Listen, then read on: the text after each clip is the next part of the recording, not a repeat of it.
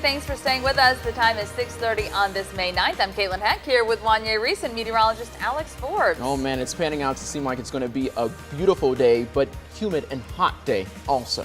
Yes. And watching for maybe a storm or two as well as we settle into that summertime pattern. Yeah, we're going to be looking at temperatures warming up relatively quickly. Out the door this morning, we are close to 70, but we are headed into the 90s today for the first time this year. So this morning, 70 at 8 a.m., 84 by the noon hour, 92 by 4 p.m. Our average high is 84, so we are going well above that here in central Georgia. We've got scattered storms on the way, but by May standards, this high temperature at 92, very warm for this time of year. Winds out of the west at about 5 to 10 miles an hour, with sunrise coming your way right around 6:41 this morning. That 92, it's not going to be indicative of necessarily all of central Georgia. If you're able to get a shower or storm over your community before we hit the peak heating of the day, that's going to put a cap on your high temperature for the day. So there is a possibility that a couple spots in central Georgia remain in the 80s. There's also the possibility that we go a few degrees warmer in a couple of spots. We could be talking 93, 94, 95, especially the further south and east you get. But coming up in a few minutes, I've got an hour-by-hour look at future view. We'll take a closer look at those afternoon showers and storms and what to expect for your Mother's Day weekend. It all comes your way in just a moment. Thank you, Alex. This morning, a Warner Robins teen is recovering after he was shot. The Houston County Sheriff's Office received a call around 9:30 last night. They arrived at the 500 block of Sullivan Road and found a 15-year-old shot in the stomach. Right now, he's listed in stable condition. A Warner Robins man is dead after police say a woman stabbed him with a pair of scissors at a storage unit. Police say it happened around 8 last night on Green Street. They say someone drove the 62-year-old man to the hospital, but he died about a half hour later. Police believe the stabbing happened during an argument between the man and a 58-year-old woman. Right now, they are holding names as they continue to figure out exactly what happened. 2 men are recovering in the hospital after a shooting in Warner Robins' Pleasant Hill neighborhood. Warner Robins police say it started at Hartley Avenue with 2 men getting shot and driving off in separate cars. A 26-year-old man in a blue Toyota crashed a few blocks away on Jones Place. He had been shot in his head and stomach and was taken to a local hospital by ambulance. A 23-year-old man who was shot in the chest and leg managed to drive himself to the hospital, who was in a silver Honda. Investigators are still trying to figure out what led up to the shootings. Anyone with information on any of these 3 cases, you should reach out to the Macon Regional Crime Stoppers. That number, it's 1-877-68-CRIME. That number again for you right there at the bottom of your screen. It's 1-877-68-CRIME. A follow-up story now to one we brought you earlier this week. The Bibb Sheriff's Office says it was an Uber driver who got shot in the back of the head on Bloomfield Road Sunday night. The sheriff says they don't know yet whether the shooting was random or targeted. Investigators say it started near a convenience store on Chambers Road where the Uber driver dropped off a ride. A turquoise Mazda M3 began following him. The sheriff says someone in the Mazda fired shots at the Uber driver's car. We don't know if they knew each other. We don't know if this may be a case of some type of road rage or mistaken identity or something. Sheriff Davis says they are looking for a turquoise older model Mazda M3. Davis says the shooter is around his mid-20s, about 5'7", with shoulder-length dreads. It's 6:34. Getting a look at your state news. Former Clayton County Sheriff Victor Hill is preparing to head to prison after learning he must stay there while appealing his felony convictions. Back in March, a federal judge sentenced him to 18 months in prison for abusing inmates at his jail. Hill asked the judge to grant him bond while he fights his conviction, but the judge said no. He says Hill hasn't cited any legal issues that could overturn his conviction. That means the former sheriff must turn himself in next Monday to serve time at a federal prison in Arkansas. All right, now you can help workers affected by the deadly shooting last week at Atlanta Northside Medical Midtown. There's a GoFundMe site set up for the victims and their families. 1 woman died, 4 others got hurt last Wednesday. Following the shooting, police arrested 24-year-old Deon Patterson in Cobb County. He's now in the Fulton County Jail charged with murder and 4 counts of aggravated assault. Senator John Ossoff spoke about the Midtown shooting and gun reform for the state. Why do Georgia families have to live with that fear? It is a choice that has been made by state policymakers. The carnage that is unfolding every day in our country makes it abundantly clear that their responsibility is to change course and to enact common sense gun safety measures to protect families here in the state of Georgia. 6:35. This story has a lot of people talking. Students at Fort Valley say they're heartbroken after the university cut their radio station manager. Shirley Ellis, known as Mama Mia on the air, worked at the school for over 30 years. The university blames budget cuts, but students in the radio department say if money is the issue, the school should find a way to keep Miss Ellis. Students say she has a major network pipeline helping them get hands-on experience, internship opportunities, and good jobs after graduation. They say Ellis is the most invested professor at the university. With her expertise and spirit, they worry they won't have the same opportunities with anyone else. Justin Harris says he hopes the university will reconsider. I think the university and the student body definitely, it need to be a source in between where we need to come together and talk. Because as you can see right now, we're definitely not feeling, the absence of Miss Ellis.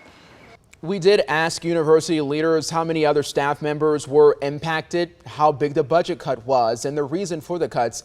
They have not answered our requests. Ellis says she plans to release her own statement by the end of the week. Well, graduation season can mean excitement, but for graduates hunting for jobs, it can also be a little stressful. According to a Middle Georgia State University economist, things look pretty good if you're on the hunt. Economist Greg George says the pandemic brought a large group of people out of the workforce. So for the last few years, it's been a workers' job market. Employers raised wages to compete and bring people back in, but that brought on inflation. Can you see the cycle that creates? Well, now George says there's some instability in the market, but the amount of jobs continues to grow as of last month. About 235,000 new jobs created in the economy, and they were mainly about 165,000 of them were in professional and business services, so higher skilled jobs. George says high school grads may have a harder time finding work, but he says prospects are still good. And East Macon development on pause. We told you commissioners would consider it at yesterday's planning and zoning meeting. That plan was withdrawn. A nonprofit affiliate of the Macon Housing Authority wanted to build 60 apartments in East Macon on Old Clinton Road. Last September, BIB commissioners moved forward with a plan to buy the more than 21 acres off of Coliseum Drive. Mayor Lester Miller says he expects the Housing Authority plan will be coming back and the action does not affect the overall project. Well, here's a story that comes straight from the heart. For one Macon graduate, finishing college was more than just a degree. It was a reminder of what she's lost and how far she's come. More than 15 years ago, Ariel Fortson survived a car wreck. She was in the car with her parents and 3 siblings. She lost her mom and 4-year-old sister. She lost her memory. She had to relearn walking, talking, eating, and retook the 4th grade. Well, now Fortson is the first person in her family to go to college, graduating from Valdosta State. Even though she doesn't remember her mom, she found old journals and wrote Beyond the Surface, a collection of poems based on Bible stories and inspired by her recovery.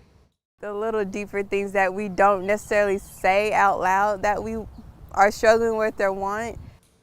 Copies of the book are sold online on both Amazon and Barnes & Noble. What an inspiration she is. Definitely a beautiful story.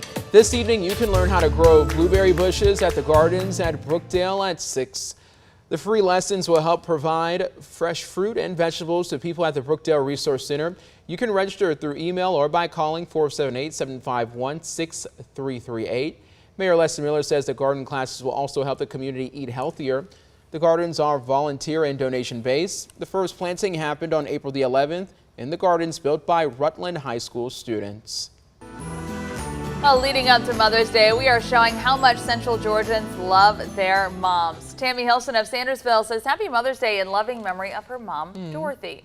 We're also extending a Happy Mother's Day to Kalita Walton from Houston Reeves. And a big Happy Mother's Day wish to this great-grandmother. She's 96. Get this, she has 6 kids, 16 grandkids, 26 great-grandkids, and 2 great-great-grandkids. Wow. Man, that is a fun family gathering, I'm sure.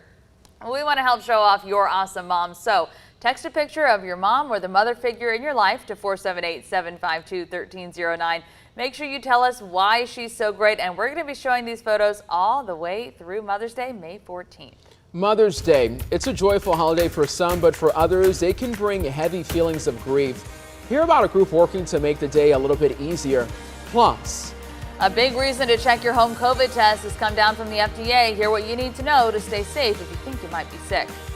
Right now, the time is 6:40. Speaking of Mother's Day, if you are planning something for your mom, Inside is the key. Exactly. Inside, air conditioned. Go ahead and make those reservations now. Yes. Because you're going to be out of luck if you wait too much longer. Exactly. Right, and it's because that summertime pattern is here and it is going to be sticking around through the weekend. There is no secret about it. We felt it yesterday. In fact, I put on my Facebook page, it's one of those days where you just walked out of Publix and just from the door to the car, you already started to sweat because it was that warm and that humid through the afternoon. Waking up to temperatures close to 70 this morning, 69 in Warner Robins, 70 itself in Cochrane, 65 in Macon, 69 that is in Unadilla, 70 in Rochelle, and 68 over in Soperton. And yeah, it is a warm morning across central Georgia. Those dew points up there as well. And this is what's really doing it this morning is the dew points, the humidity out there. You walk outside and it just smacks you across the face because there's that much of it out there. But not translated to showers just yet. You look back up into Tennessee, we do see some showers and storms really on the Tennessee-North Carolina state line now. That boundary is sliding down to the south, and when it gets here to central Georgia, it's not going to have much rain left with it, but it is going to arrive during the afternoon heating, which means we're going to be able to fire up the showers and storms along it by the time we get to the afternoon. So here is future view through the noon hour. Temperatures warming up very quickly. You can kind of see where that boundary is just to our north. It's going to begin to slide down to the south through the course of the day. So don't be surprised to see a scattered shower, maybe even a storm, a rumble of thunder across parts of central Georgia before we get into tomorrow morning and dry out. Temperatures a bit cooler tomorrow morning.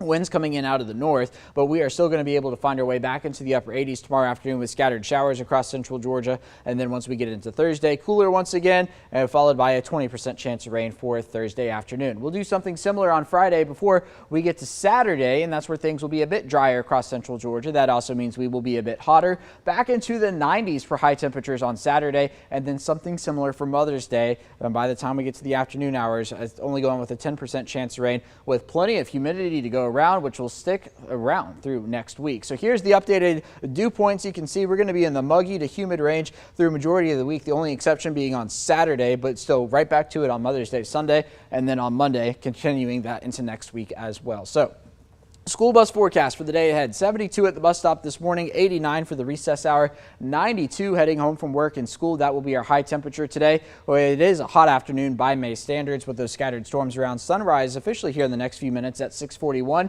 And because we're talking about the hottest afternoon we've seen so far this year, we're also talking about the hottest Mercer baseball game we've seen so far this year. They take on Florida A&M. First pitch at 5 p.m. Plenty of humidity to go around. Any showers and storms we do see will be exiting right around 5 p.m. with conditions clearing later on through the evening. Sunset at 8:22 tonight. Highs in the 80s for Wednesday, Thursday, and Friday with a 20% chance of rain. And then comes the weekend with highs back in the 90s for Saturday and for Mother's Day on Sunday. Plenty of humidity to go around, keeping that going into next week as well.